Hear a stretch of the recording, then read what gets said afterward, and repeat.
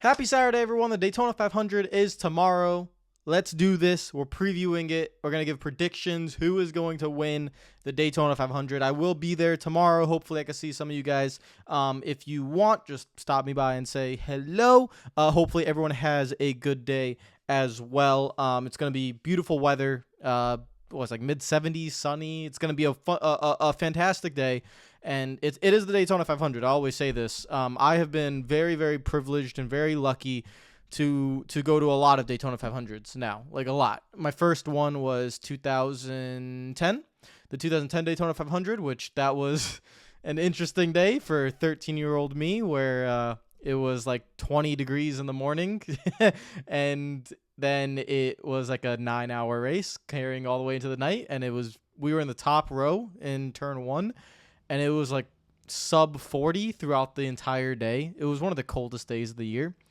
And I hate the cold, so I was very cold sitting in the stands for 8+ hours. And God bless my dad, who was not a NASCAR fan, for taking me to that race. And I mean, I can't imagine how miserable he must have been that whole day while I was watching Jamie McMurray win the Daytona 500. I also went to Jeff Gordon's final 500 in 2015, and there's been a lot more since. I mean, I've kind of lost track. I've been to the last few Daytona 500s except for the COVID 500, the one right where people were allowed to get back in, but I did not go to that 500. And so we will see how this one goes. And I always say this, guys, if you can get to the Daytona 500, if you can get a ticket, it is the marquee NASCAR race. I don't think anything comes close, to be honest. I don't think any NASCAR race comes close to the 500. I think the facility is just absolutely world class. It's the best, in my opinion. It really is. In terms of motorsports events, it is really up there. I haven't been to the Indy 500, so I can't compare. But I would have to argue it is, both of those races are on the same level. But I have not been to the Indy 500, so I cannot say. I want to give a shout out to all the Patreon members, as always, for supporting the channel. You guys are the absolute best. Guys, make sure you hit the like button, subscribe if you're new, comment down below, comment below with your winner, and let's get into this. So it's very important to talk about the duels, because Joey Logano and Eric Almirola won the duels. That's Ford. So the Fords are really what are the strong point here.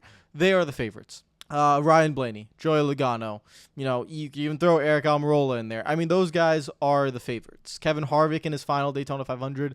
Can he win a second one? It'll be really interesting to see what they do, but at the same time, this race is a survival race. It is a 200-lap, 500-mile survival race. And the first duel was very boring. We know that. But the second duel showed what I think the 500 is going to be more like, and the risk of having that big crash early on. Towards the end of the second duel, after the Kyle Busch wreck, you even saw 6 rows, so 12 cars in the pack, but the energy was palpable. The energy was there a lot, and you had to push a lot. Now, imagine 35 cars in a pack, or maybe more back. Imagine 30 cars in a pack. And the energy that will be able to be there as well. Maybe a top lane coming through, the ends of stages. This is a survival race. If in order to win it, obviously cliche, you have to make it to the end. But the Daytona 500 makes people do crazy things. There's really a lot less, give and a lot more take throughout the race. Even though you want to be smart, most people, push it. We've seen in a lot of Daytona 500s that there's an early wreck. And personally, from a neutral perspective, I really, really hope that they don't crash in the first half of the race, because you want the energy in the pack. It creates a better race. If you get a big wreck 20 laps into the race, the energy dissipates. If 15 cars are out, then they're just going to be running in a line for the next, 3 hours until it gets to 30 laps to go. So that's not what you want. So I'm really hoping that everyone is able to race hard but race clean. And most importantly, be easy on the pushing. The pushing is what is going to cause these big wrecks. I don't think it's going to be the blocking in the race. It will be the pushing. The blocking will come later on.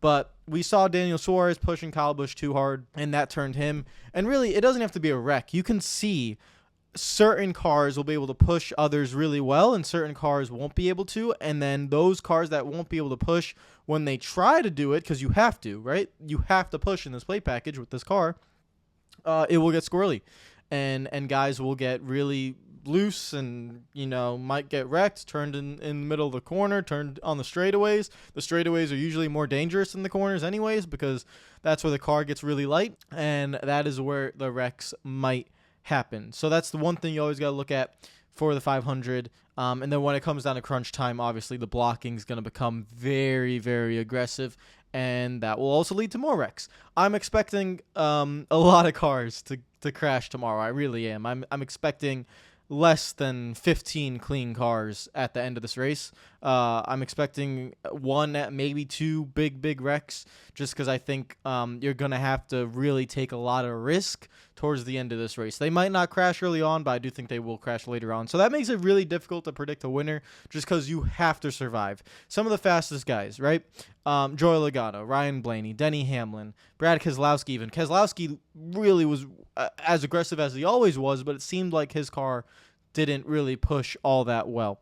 Bubba Wallace is going to have to be also very, he's going to be a contender. He's been really good at these races as well. But Toyota have not shown the most speed. They looked better in the pack racing, but they haven't shown the most speed. It really looks like Ford is the favorite. Chevy would be second. Now, I did say who would win the Daytona 500 a few weeks ago, or maybe a week or two ago. My pick was Chase Elliott. I believe that Elliott's come close. And just out of the favorites group that I have, which is, Hamlin, Elliott, Logano, Blaney, kind of those guys, I just picked Elliott. I thought maybe, he'll win. But Elliott has definitely, and his team have come with a different package. Not the normal burning speed that usually 100 cars have, like Alex Bowman and Kyle Larson have this week. Not really like that. They've gone with more of a, they're trying to mimic what Fords are doing and make the car drive better in the pack. And so that way he can make moves. He didn't look all that strong in the dual race. He looked quick, but he didn't look awfully quick. So I'm going to stick with my pick of Chase Elliott. But looking at speed weeks, I am a little bit hesitant. I would like to lean maybe a little bit more Ryan Blaney, but we'll see. We will see. But they're starting 7th and 8th in row 4. I mean, I just have a lot of faith in those two guys in terms of their super speedway racing.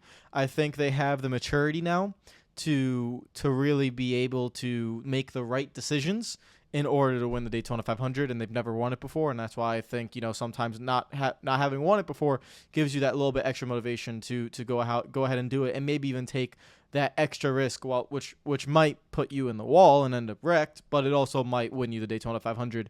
So that's going to be something really, really crazy. Some sleepers to look on. I'm really looking at Corey LaJoie. I think Corey LaJoie is definitely a sleeper pick. If you want to place just a tiny $5 bet, right? I think that 7 car and Corey LaJoie has been really good this speed weeks. I'm really pleased with what I saw with him. He's a great driver. We even in a super speedway race like Atlanta, he was very close to winning that one. So if you want to place just a small little bet, try a home run swing, definitely go with Corey LaJoie. That would be the pick that I would go with if I did bet. I don't. I don't ever bet on NASCAR. I don't bet in general, but I really would not bet on NASCAR because NASCAR is way too unpredictable. It's just modern day NASCAR is too unpredictable. I will not do that. But a small one, Corey LaJoie. Look at Corey LaJoie. That's my sleeper pick. In terms of someone like a rookie, I think Zane Smith has also. I've been high on Zane Smith for 2 years, 3 years now. I think Zane Smith is really, really talented. And he's starting in 17th in the Daytona 500 in the 36 front row. I almost said front row racing. Front row motorsports. I think they're going to do really, really well, and that will be my even more dark horse, even just absolute out of left field. Yeah, maybe Zane Smith could do something. But I would go Corey LaJoie in that pick. But my pick is Chase Elliott. Who do you think is going to win the Daytona 500? Could it be Jimmy Johnson? Could it be Jimmy Johnson? Could it? In the Carvana Chevrolet, Jimmy Johnson with his, essentially new team giving a shot at the Daytona 500. I don't think so. I don't think so. He was fastest in practice. One of them. I don't think so. All right, I'm not gonna pick Jimmy, but that would be one hell of a story, wouldn't it? I mean, that would be insane if he was able to do it. I'm also really interested to see what Travis Pastrana does. I'm not expecting much from Pastrana, but you never know. Maybe if you survive, like this is the thing with how I think this race is going to go. I think there's going to be less than 15 cars clean in the final 10 laps of this race. If Pastrana just stays clean and on the lead lap, you can be in the top 10, and who knows, right? Same goes with LaJoy. Same goes with Zane Smith. Same goes with someone like Noah Gragson, right? Same goes with someone like Justin Haley. These are all guys that, well, no, I'm not talking about Pastrana anymore, but like Zane Smith, Corey LaJoy, Justin Haley, Noah Gragson, maybe even AJ Allmendinger. I think a lot of these guys can really pull off a surprise. I'm telling you, there's a lot of good chances here to win. Connor Daly's in the Daytona 500, but that car is not going to be good. It was literally bouncing coming off pit road. It's not going to win it. My last final words, famous last words. Connor Daly won't win the Daytona 500, and then he ends up winning the Daytona 500 somehow. But I don't think it's going to happen. And then of course Kyle Busch in a backup car. I'm not sure if it's been confirmed. Twitter is actually broken right now. It's been broken for the last 2 hours, so I can't tell. But I think Kyle Busch is going to a backup car. So we don't know how fast that car is going to be, but he did look pretty good. My only thing about Kyle Busch, he obviously has never won the Daytona 500. I don't think he is the greatest plate racer. Eventually, I think someone that talented should win the Daytona 500, so maybe this is the time. But I am not sure, so we will see. I think that's it. I think we've kind of touched on everything. I know we didn't talk about the pole sitter, Alex Bowman, Kyle Larson, those Hendrick cars. The only thing about the Hendrick cars is I feel like the Hendrick cars have to stay in the top 5. I don't think they can make their way up through the field as quickly as the Fords. They have outright speed, like outright raw pace, but I don't think the handling is really going to be there. It's going to be sunny tomorrow. I think the track temp is going to be fairly high. Air temp won't be, but I think track temp will be, so I think handling will matter, which is why I'm a little bit worried. And we've seen it. I mean, the Hendrick cars always qualify on pole, and they never really race well. So that is why Chase Elliott's gone with something different, which is why I'm feeling a little bit more comfortable with him as probably one of the Hendrick cars that are going to be able to win. And then Denny Hamlin. I think Denny Hamlin also is going to be really, really strong. So let me know what you guys think. Who do you have winning this race? I'm picking one of the favorites in Chase Elliott. I think there are clear favorites in this race. Someone I haven't talked about, Christopher Bell. I think Christopher Bell also can definitely win this race. This is a very deep field. I haven't even talked about really Tyler Reddick. This is a deep field.